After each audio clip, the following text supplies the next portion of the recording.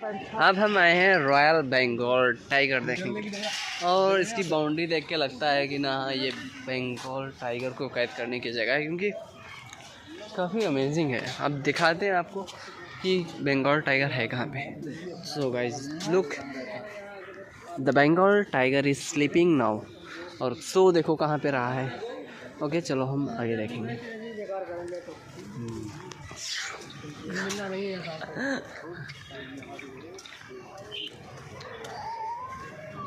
पिंजड़े में भी आकर कमज़ोर नहीं होता है, पिंजड़े में आकर भी कमज़ोर नहीं होता है दोस्त।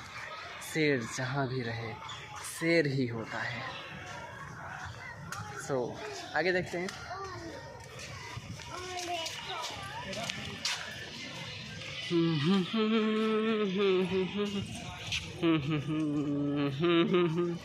रा रा रा रा रा रा रा रा रा रा।